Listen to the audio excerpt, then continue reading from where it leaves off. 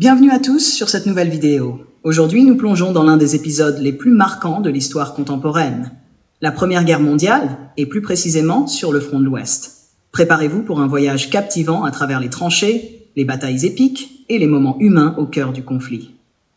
Avant de poursuivre, abonnez-vous s'il vous plaît à cette chaîne. Merci. Les origines de la guerre. La Première Guerre mondiale, surnommée la Grande Guerre, a éclaté en 1914. Mais ses origines remontent bien avant.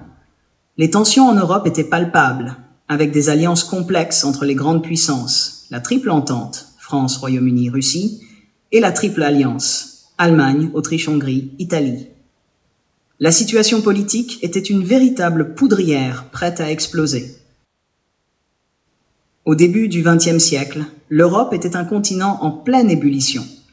Les rivalités économiques et coloniales, notamment entre la Grande-Bretagne et l'Allemagne, exacerbaient les tensions. La montée des nationalismes, les ambitions territoriales et les ressentiments historiques, surtout entre l'Allemagne et la France au niveau de l'Alsace et la Lorraine, incorporés à la Prusse après la défaite de Napoléon à Sedan, formaient un cocktail explosif.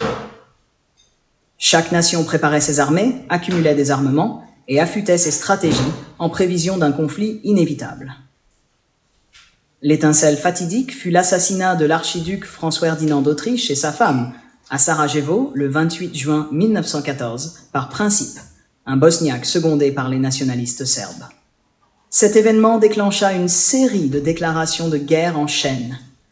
L'Autriche-Hongrie déclara la guerre à la Serbie, entraînant la Russie, alliée de la Serbie dans le conflit.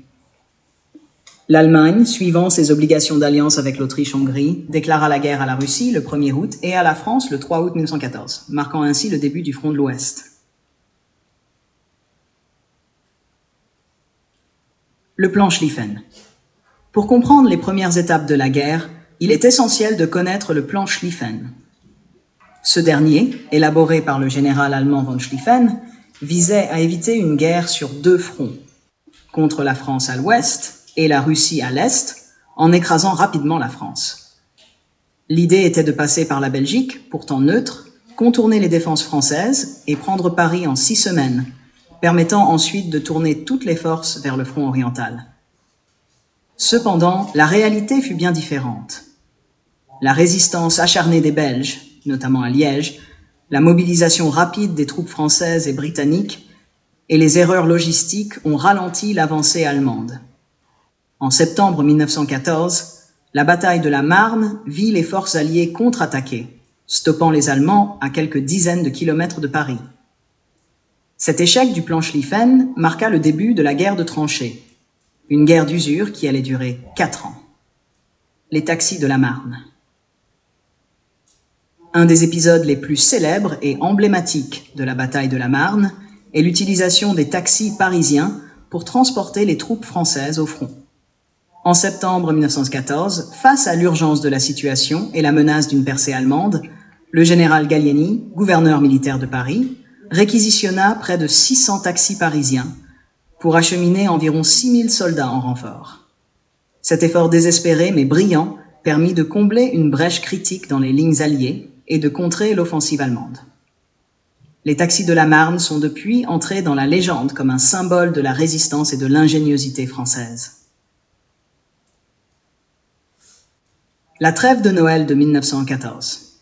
Au milieu de tant de brutalité, il y eut des moments d'humanité. La trêve de Noël de 1914 est l'un des plus stupéfiants. Spontanément, des soldats des deux camps cessèrent les hostilités pour échanger des cadeaux, chanter des chants de Noël et même jouer au football dans le No Man's Land. Ce moment de fraternité a montré que malgré la guerre, l'humanité persistait et que les soldats, de part et d'autre, partageaient un désir commun de paix. La bataille de Verdun. Verdun, une ville fortifiée stratégique, fut choisie par les Allemands pour leur offensive de 1916 en raison de sa valeur symbolique et stratégique. Falkenhayn, le chef d'état-major allemand, espérait qu'en s'emparant de Verdun, il pourrait saigner à blanc l'armée française.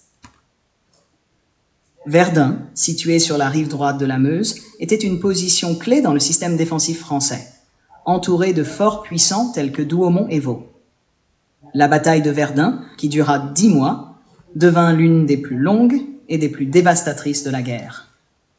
Le général Pétain, chargé de la défense de Verdun, organisa une rotation constante des troupes pour maintenir le moral et la résistance face aux assauts incessants. Son mot d'ordre, « Ils ne passeront pas », symbolisa la détermination française. Les combats autour de Verdun furent si intenses qu'ils entraînèrent la destruction complète de plusieurs villages environnants. Fleury-devant-Douaumont, par exemple, fut rasé au point qu'il n'en restait plus rien à la fin des hostilités. Ce village, comme d'autres autour de Verdun, ne fut jamais reconstruit, et il est aujourd'hui l'un des villages morts pour la France, un lieu de mémoire perpétuel. La bataille de la Somme, 1916. Lancée par les Britanniques pour soulager la pression sur Verdun, cette offensive est tristement célèbre pour le premier jour le plus sanglant de l'histoire de l'armée britannique, avec près de 60 000 pertes. Malgré des gains territoriaux minimes, cette bataille marqua l'entrée en force des tanks dans le conflit, une innovation technologique qui commençait à changer la nature de la guerre. L'offensive du printemps 18. Cette dernière tentative désespérée des Allemands, dirigée par les généraux Hindenburg et Ludendorff, visait à briser les lignes alliées avant l'arrivée massive des troupes américaines. Initialement réussie, cette offensive finit par échouer face à la résistance alliée renforcée, marquant le début de la fin pour l'Allemagne. Les généraux. Les généraux de chaque camp ont joué des rôles cruciaux dans la conduite de la guerre et ont souvent été les architectes des stratégies qui ont façonné le front de l'Ouest. Côté allemand, Falkenhayn, architecte de la bataille de Verdun, croyait qu'une guerre d'usure affaiblirait la France.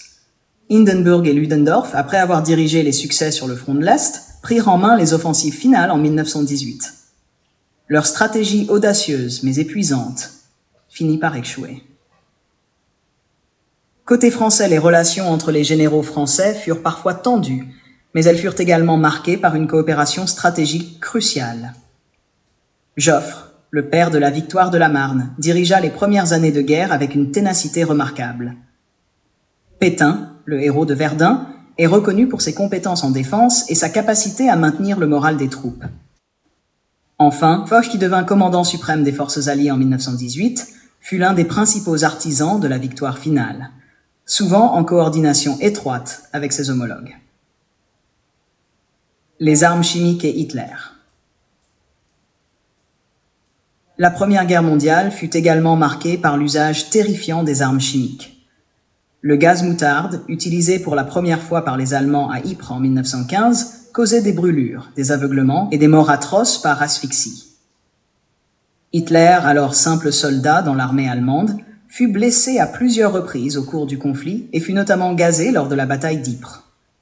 Ses expériences de la guerre de tranchées et des armes chimiques laissèrent une empreinte durable sur lui, influençant ses décisions futures. La capitulation allemande et l'armistice. En 1918, l'Allemagne, épuisée par 4 ans de guerre et confrontée à des révoltes internes, signa l'armistice le 11 novembre. La signature eut lieu dans un wagon de train à Retonde, en forêt de Compiègne, mettant fin aux hostilités sur le front de l'Ouest. Merci d'avoir regardé cette vidéo. N'oubliez pas de vous abonner.